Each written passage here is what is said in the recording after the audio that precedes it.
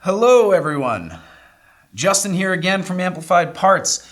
Today we're going to talk a little bit about some Luthier tools, and we're going to start a little series on Luthier tools. A lot of people don't even know we sell Luthier tools. We're called Amplified Parts, but we actually cater a lot to the guitar industry and luthiers.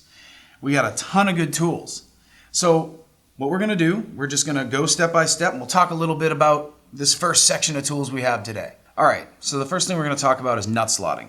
We got a couple different tools for that. Obviously you want to set the height of your nut slot so you don't get buzz, and so that you have the proper distance between your first fret and the bottom of your string, all the way down. So you got a couple different ways you can do that. You can either measure that distance using our digital nut slotting gauge. This is the fancy way to do it. I like these a lot, and a lot of my friends who are luthiers use these, and they're really precise. They're really great. It's basically just a deflection gauge that's going to help you gauge the distance between that string and the fret, and it's got a digital readout.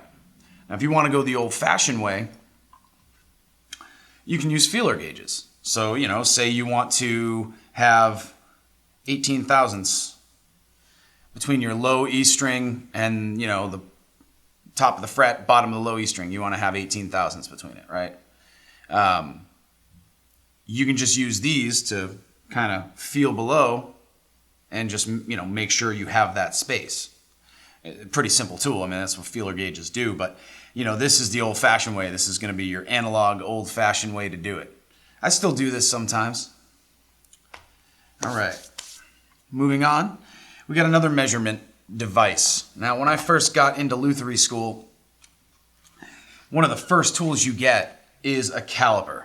You are going to use this for so many things in Luthier, and you want to be very precise, and a lot of things are measured in thousandths. So you definitely want to have a caliper handy. You have the analog dial style, and then you also have this digital caliper. This is the much fancier model digital caliper. They both work on the same principle, but this one has a digital readout. It'll make it a little easier for you. So next, we're going to move on to radius measurement.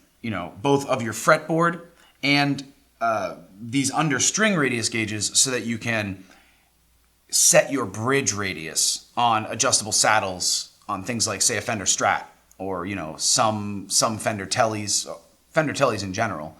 And so I'll get into that. These are understring radius gauges. They're going to go, as the name suggests, under the strings, right up to the bridge, and you'll be able to kind of dial in your radius. So it's going to match the radius on the fretboard itself. Now, you might have a compound radius, and it may go from, say, 10 to 16, and then you want to continue that radius. A common way to do it is to continue that radius to the bridge.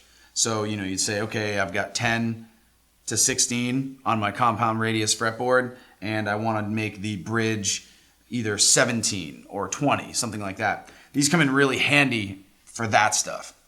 So those will help you get your bridge set up, and you can also use them to measure the radius of the fretboard if you'd like, but we got special ones for that. First will be just this set of 2 radius gauges. So you're going to use this on the bare neck of your guitar, the fretboard itself, not on top of the frets necessarily, but just on the fretboard. And you'll be able to use this to check which radius you have if you're not sure. Some guitars, like I said, Fenders have a couple different ones. So 7 1/4, 9 1/2, you can kind of check that with this, eyeball it and go, okay, yeah, that's definitely a 9 1/2 radius. These come in really handy when you're shaping your necks, when you're doing any kind of building. Radius gauges they're not just handy, they're essential. So when you're shaping your neck, you're getting that radius on your neck before you're fretting, or if you're refretting and you want to make sure you didn't lose the radius when you were sanding down the fretboard and planing it, these are great to have. They also make these in a strings-on version. So these are really good if you want to measure the radius with the strings on. They come in a couple different sizes. So you got your narrow and your wide. The narrow, obviously, you're going to be using closer to your nut, and the wide, you're going to want to use closer to the bridge, obviously because your strings spread out. So that's why they make them in a couple different spacings, a couple different sizes. Next, we have this. This is your straight edge. Every good luthier is going to have a straight edge.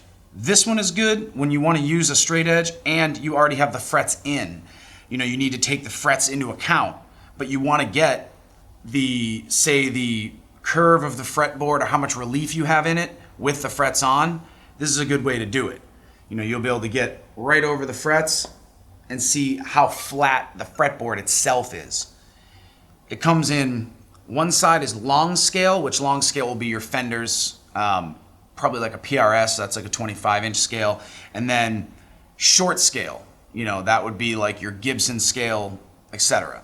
You just want to find the one that works for your particular guitar, and luckily, this has both.